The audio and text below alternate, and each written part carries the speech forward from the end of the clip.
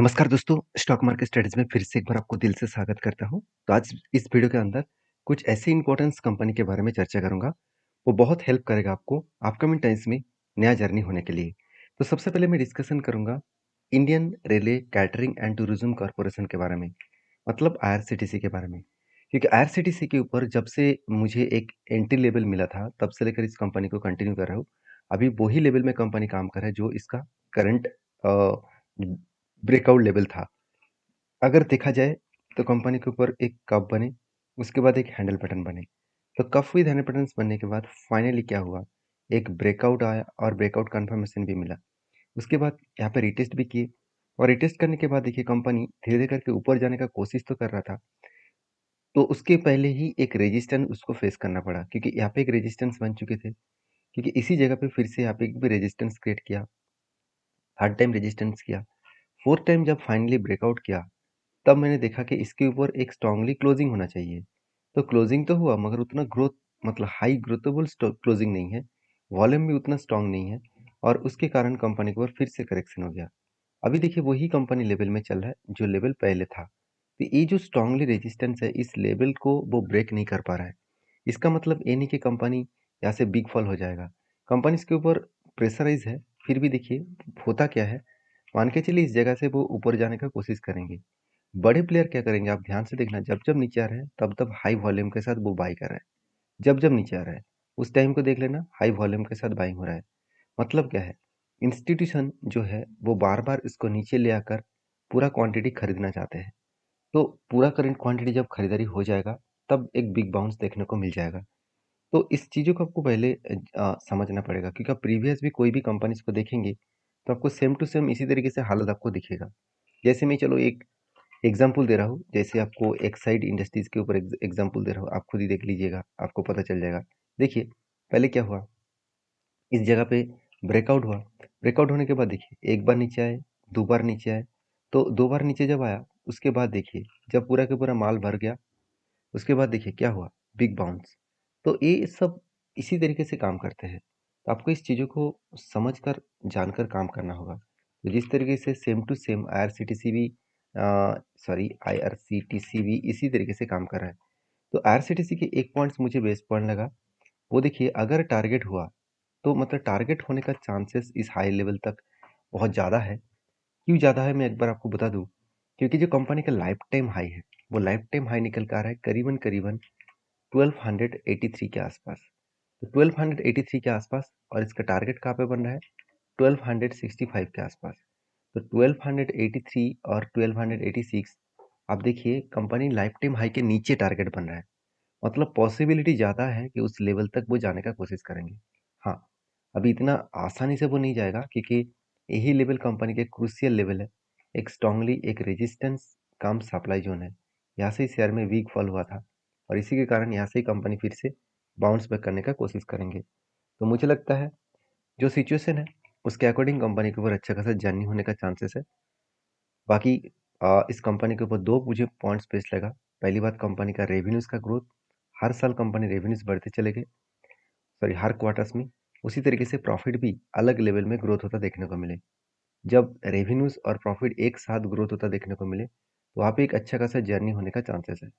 बाकी आपके क्या ओपिनियन है, जरूर मुझे कमेंट्स करके बताना। नेक्स्ट जो कंपनी है उसके बारे में चर्चा करूँ, उसका नाम है आरबीएनएल, रेलवे विकास निगम लिमिटेड।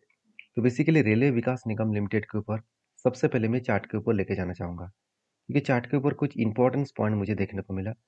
देखिए पहले ही कंपनी के ऊपर जब मैंने एक रेंज के बेसिस में टेल लिया था, कुछ इस तरीके से एक रेंज बना। रेंज का मतलब क्या है, अगर मैं इस चीज़ों को आपको डिटेल्स में दिखा दूँ, मैं इस पैटर्न्स के ऊपर किस बेसिस में काम करता हूँ। मुझे हमेशा एक फर्स्ट सपोर्ट चाहिए, और उसके बाद मुझे एक रेजिस्टेंस चाहिए। तो यहाँ पे एक सपोर्ट प्लस रेजिस्टेंस बने, तो उसके बाद मुझे सेकेंड टाइम एक सपोर्ट चाहिए। तो फर्स्ट टाइम यहाँ पे सपोर्ट बना था, यहाँ पे सेकेंड टाइम सपोर्ट बना, और फर्स्ट रेजिस्टेंस बने, और सेकेंड रेजिस्टेंस यहाँ पे बने। तो मतलब क्या है, एक बार रेजिस्टेंस, एक बार सपोर्ट, दूसरी बार सपोर्ट, और दूसरी बार रेजिस्टेंस। ये डेटा कंप्लीट होना चाहिए। अगर इस डेटा को कंप्लीट करके ब्रेकआउट हुआ, तो सोचना जो सपोर्ट लेवल है उस लेवल तक मैं स्टॉप लॉस लेके चलता हूँ, और जितना मुझे स्टॉप लॉस होता है, ब्रेकआउट लेवल से जितना मुझे स्टॉप लॉस देखने को मिलता है, उसके अकॉर्डिंग मैं 1:3 रेशियो का टारगेट लेकर चलता हूँ। तो यहाँ पे जो मैं टारगेट लेकर चल रहा हूँ 1:3 रेशियो का, क्या फाइनली टारगेट मिल चुके हैं? बिल्कुल नहीं। देखिए जो स्टॉप लॉस है वो करीबन 34% के आसपास स्टॉप लॉस है। एक बहुत बड़ा स्टॉप लॉस लेकर चल रहा हूँ। तो क्वेश्चन यहाँ पे कि 34% का स्टॉप लॉस लेकर चल रहा हूँ, तो टारगेट कितना रहेगा? मेरा टारगेट जो है वो 100% के आसपास है, क्योंकि आप देख सकते खुद ही यहाँ पे लिखा गया है 105%, 105% टारगेट, और देखा जाए तो 34% के आसपास स्टॉप लॉस। तो कि कुछ इस तरीके से सिनेरियो और सिचुएशन के बेसिस में कंपनी काम कर रहा है। बाकी आपके क्या ओपिनियन है इस कंपनी के ऊपर, जरूर मुझे कमेंट्स करके बताना, क्योंकि कंपनी के ऊपर जो डेटा देखने को मिला वो बहुत स्ट्रांग है, क्योंकि कंपनी का परफॉर्मेंस भी बहुत स्ट्रांग है। अगर परफॉर्मेंस के हिसाब से बात करूँ तो आप खुद ही देख सकते हैं कंपनी के रेवेन्यूज अच्छा खासा ग्रोथ हो रहा था। हाँ, पिछले क्वार्टर्स में कुल रेवेन्यूज का ग्रोथ कम हो गया, उसके कारण कंपनी का प्रॉफिट भी 50% कम हो गया, और यही एक कारण है जिसके कारण शेयर में एक प्रेशराइज है, नहीं तो कंपनी कब का भाग कर ऊपर चला जाता। फिर भी देखिए कंपनी जिस तरीके से हाई वॉल्यूम क्रिएट कर रहा है, इसका मतलब कंपनी ऊपर जाने का कोशिश करेंगे। बाकी मैं जो टारगेट लेके चल रहा हूँ करीबन 687 के आसपास, ये टारगेट कब मिलता है वो देखा जाएगा।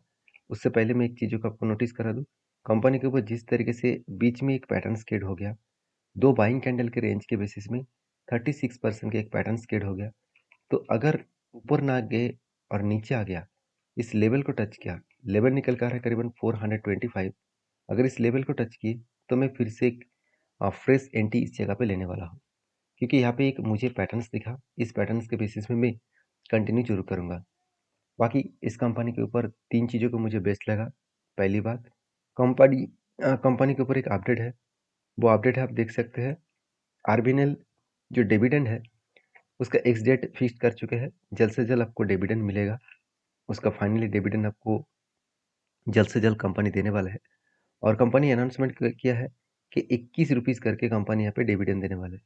21.1 रुपीज़ करके, सॉरी 21 पॉइंट, आप देख सकते हैं announce 21.1% dividend pay out on each stock. तो एक अच्छा खासा डिविडेंड यहाँ पे देने वाला है, और वो भी डिविडेंड का जो डेट है वो फाइनली अभी तक अनाउंसमेंट किया गया नहीं है। तो जो लोग इस कंपनी के ऊपर निवेश करके रखे हैं तो उसको एक्स्ट्रा बेनिफिट के हिसाब से अच्छा खासा डिविडेंड यहाँ पे मिलने वाला है। बाकी इस कंपनी के ऊपर एज ए इन्वेस्टर इस कंपनी के ऊपर बहुत ज़्यादा ट्रस्ट करते हैं।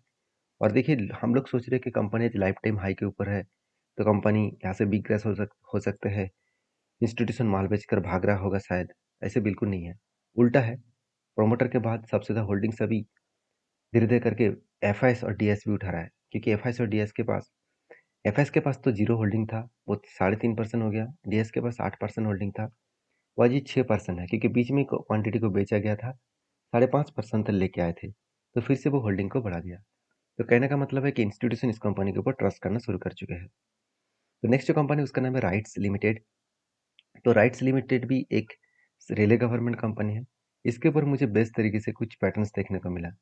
पहली बात, कंपनी के ऊपर एक रेंज स्टेट मिला, जो यहाँ पे कंटिन्यूसली बाइंग का रेंज है, और कंटिन्यूसली जो बाइंग का रेंज मिला वो 40% के आसपास है। तो इसी बाइंग रेंज के बेसिस में कंपनी के ऊपर जब भी इस लेवल को टच किया तब मैं एंट्री लेने वाला था। तो यहाँ पे हुआ क्या, टच ही नहीं किया, उससे पहले ही कंपनी बाउंस बैक कर दिया। तो हमेशा मैं कभी भी कोई भी एंट्री लेवल में टच ना करने से पहले मैं एंट्री नहीं लेता हूँ। अगर जब तक उस लेवल को टच ना करे तब तक मैं इंतजार करता हूँ। तो फाइनली इस कंपनी के ऊपर जो पैटर्न्स मुझे चाहिए था वो कुछ इस तरीके से पैटर्न्स तो मिल चुके हैं। जैसे शोल्डर बने, बिग हेड बने, उसके बाद इंतजार करो और एक शोल्डर बनने का। अगर यहाँ पे शोल्डर शोल्डर कंप्लीट हुआ तो एक अच्छा खासा टारगेट मिलने का चांसेस रहेगा, क्योंकि कंपनी के ऊपर इस तरीके से जो सिचुएशन क्रिएट हुआ है उसके पीछे जो रीज़न है वो रीज़न कुछ इस तरीके से है। अगर देखेंगे कंपनी के रेवेन्यूज़ में थोड़ा सा करेक्शन हुआ, लास्ट 2 क्वार्टर्स में रेवेन्यूज़ में करेक्शन हुआ, प्रॉफिट में भी कंपनी के ऊपर करेक्शन अच्छा खासा हुआ, 137 से 90 करोड़ बन गया, और शायद इसी कारण की वजह से शेयर में कुछ खास ग्रोथ देखने को नहीं मिला, क्योंकि रिजल्ट आने के बाद ही आप देख सकते हैं, रिजल्ट इस दिन आया था, उसके बाद कंटिन्यूसली गिरते चले गए। इसका मतलब क्या और भी गिरेगा? हाँ, गिर भी सकता है, कुछ भी हो सकता है। मगर बिग फॉल होगा ऐसे होगा नहीं, क्योंकि वॉल्यूम बहुत वीक होता चला जा रहा है।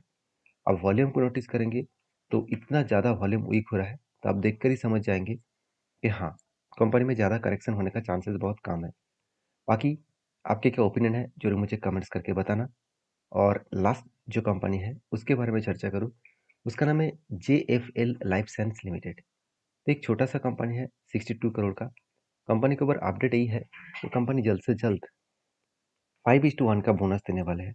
मतलब हर एक के बदले कंपनी आपको 5 से देने जा रहा है। तो जो लोग बोनस पाना चाहते हैं, एक बार डीपली रिसर्च करें, उसके बाद काम करें। वीडियो अच्छा लगे तो प्लीज़ लाइक करना, चैनल को सब्सक्राइब भी करना। Thank you.